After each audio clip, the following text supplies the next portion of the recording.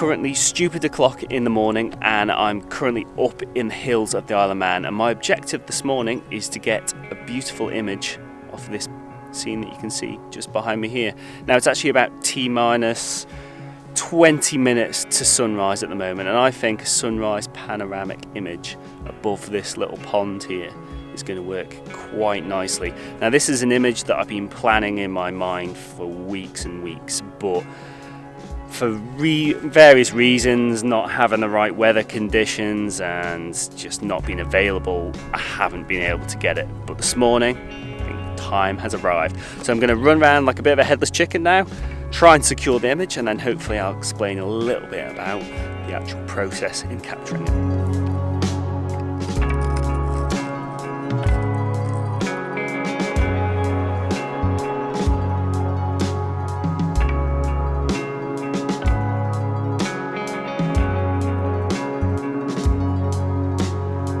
We have the sun.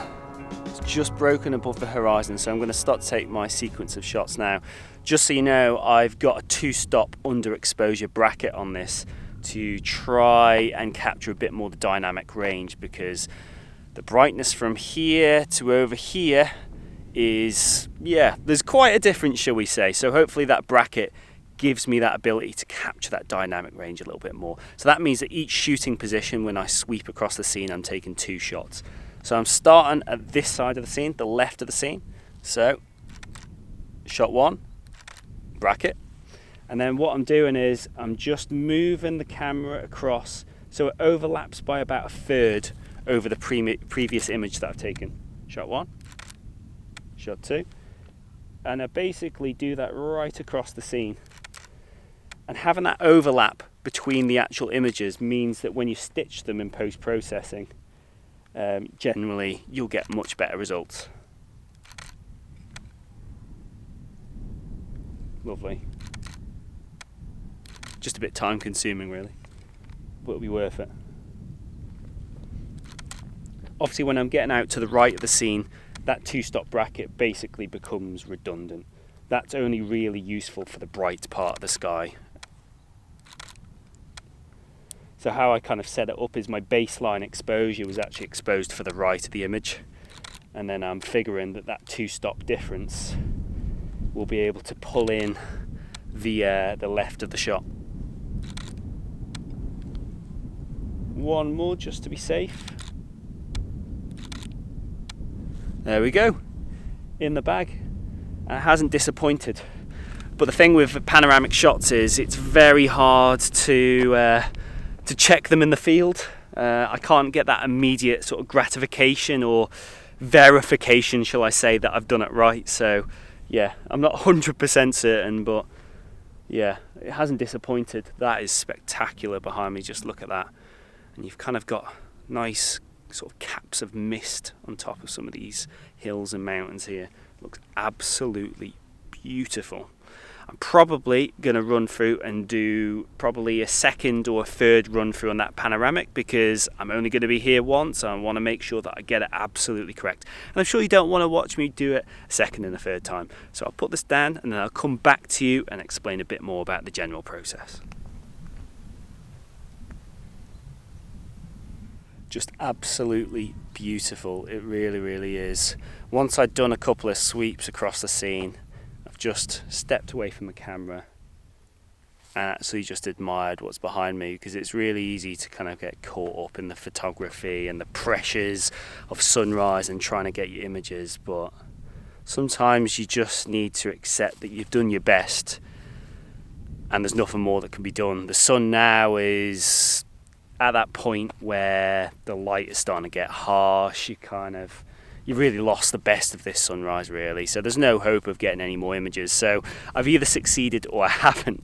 So it's quite nice just to step away from the camera and just admire the absolute stunning beauty behind me. Amazing.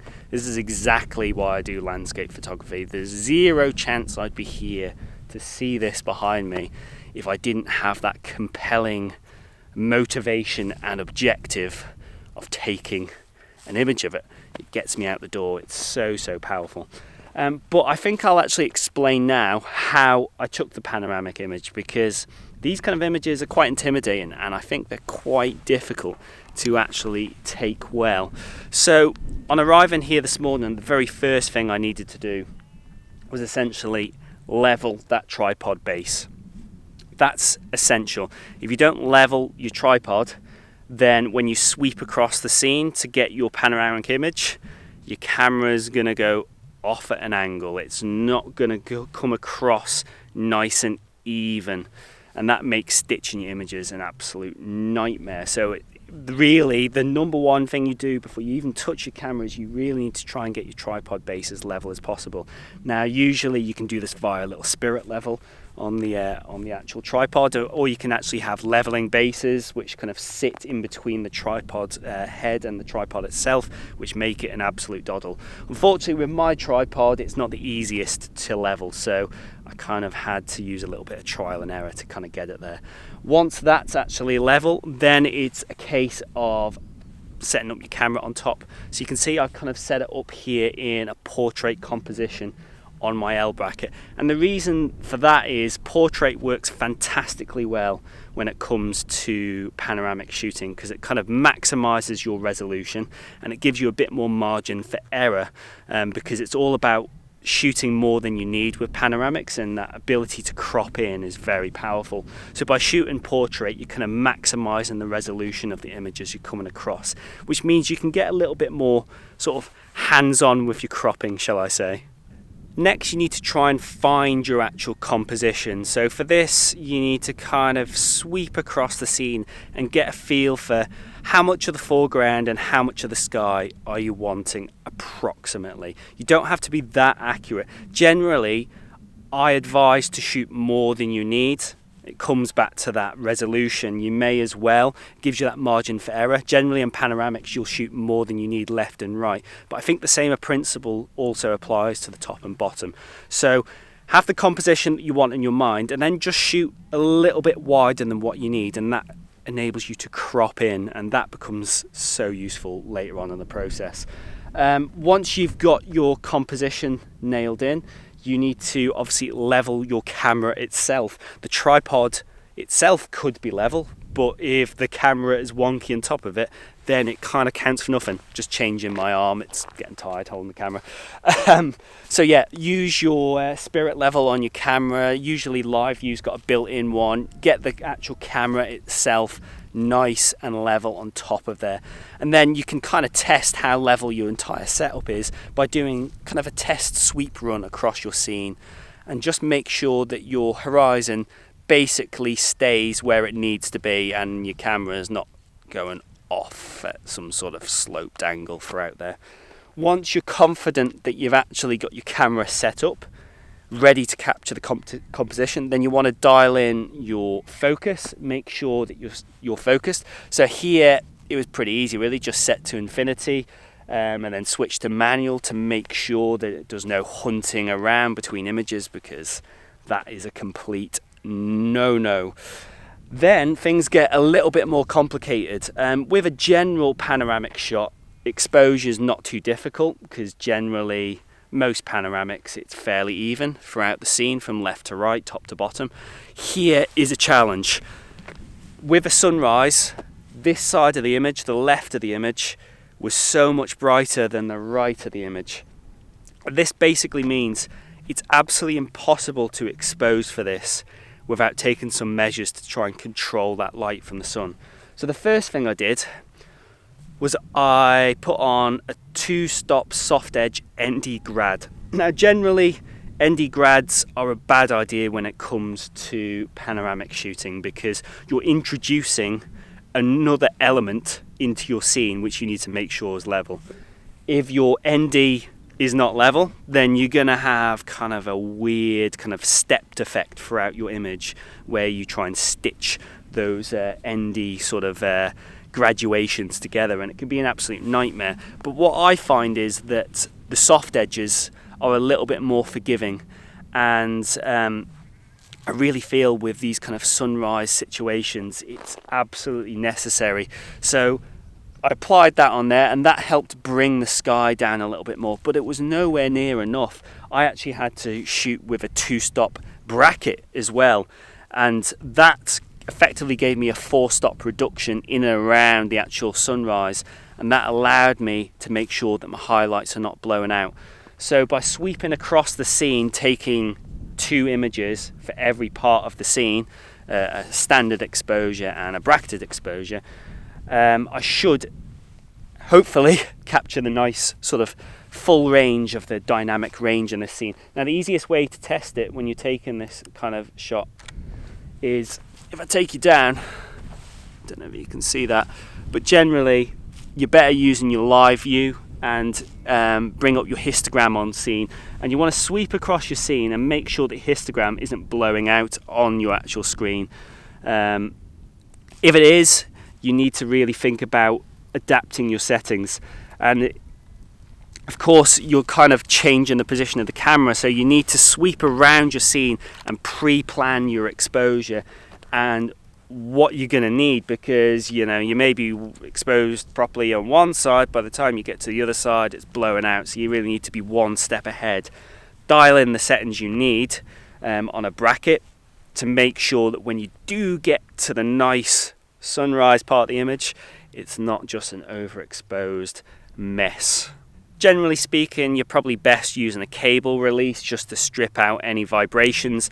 Quite often with panoramics you'll be using a telephoto lens, and that's exactly what I've got on here. I've got a 70-200, and they're a little bit more vulnerable to those vibrations. So yeah, take your hands off, go hands-free and strip away those vibrations. Generally, when you start shooting, you want to pick one side, left or right, and then sweep across. I generally recommend shooting wider than you need to, so the composition that you've got in mind, shoot 1 or 2 images further across than that, and again it's that margin of error that allows you to crop that out in post-processing. As you're going across, overlap your images by about 1/3 and they'll stitch together really nicely. And that's about it really. I don't think I've missed any steps. I hope I haven't. If I have, I'll add them in when I get home over the top of the video. You know what I mean. But yeah, I think that pretty much covers my process. Yeah, overall, really challenging image to get. It's not easy. I mean, in terms of settings, I was shooting this f8 ISO 64 at about 80mm, and well, my baseline shutter speed I think was 1/25 of a second by the end, but I think each time I was taking the actual image I was changing the baseline shutter speed because the sun was just that little bit higher in the sky, and obviously there was a bit more light in the scene. But yeah, that should work out quite nicely. So in post, what I'm going to do now is essentially I will stitch together my regular exposure panorama, and then I will stitch together my bracketed panorama, and then I will combine those together, and that should give me a glorious panoramic image of the scene you can see behind me, with a nice exposed sky for that sunrise.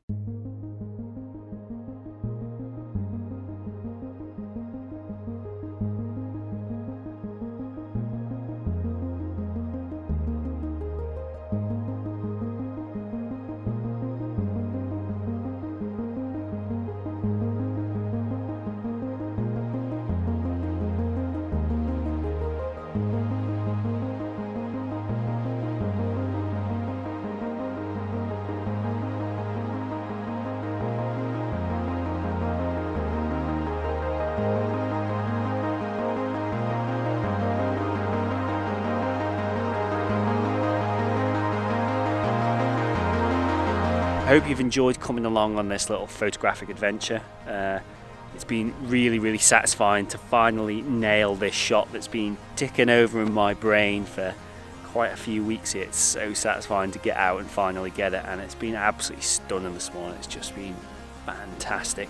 Hope you've enjoyed looking at my panoramic shooting process, and you've learned a little bit about how to shoot your own panoramas, particularly in sunrise and sunset locations where they're really quite challenging to get that exposure right, and trying to balance all the other dynamics of getting the panoramic shot right combined with your big dynamic range is quite a challenge. It's very difficult to pull off, but if you can get it right, they can look absolutely fantastic.